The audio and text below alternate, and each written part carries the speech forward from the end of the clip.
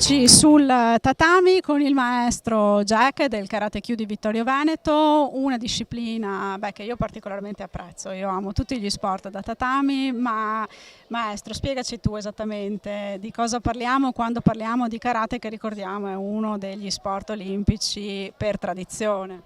Sì, allora la cosa che io volevo puntualizzare è che il Karate Kyu fa uno dei 4 stili del karate, che è lo Shotokan, poi esistono anche il Goju, il Shito e il Wado, che sono altri tre stili sempre praticati nella FILCA, nella Federazione Italiana.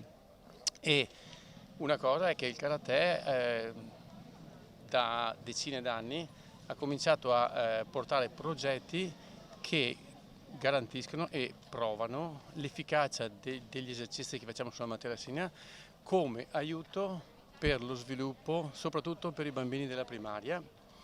L'armonia che trovi qua negli esercizi porta una migliore grafia, una migliore concentrazione su certe tipo interrogazioni di storia, robe così, e questo dà una mano. È stato fatto in 6 paesi europei diversi e è stato fatto dal professor Pierluigi Aschieri, che una settimana fa al Symposium di Lignano ha preso il 10° Dan. Fra ogni Dan devono passare tanti anni quanti sono, per cui devono essere passati 11 anni come minimo per poter avere il...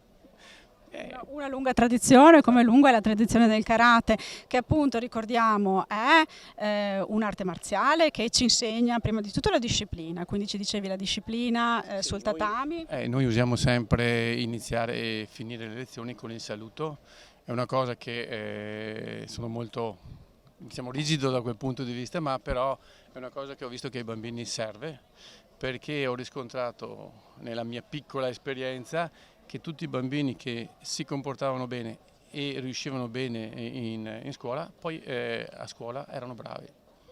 Io posso dare questa testimonianza qua di questo fatto. Ecco, allora suggeriamo a tutti di imparare il karate, di imparare disciplina. E dove ti troviamo, maestro?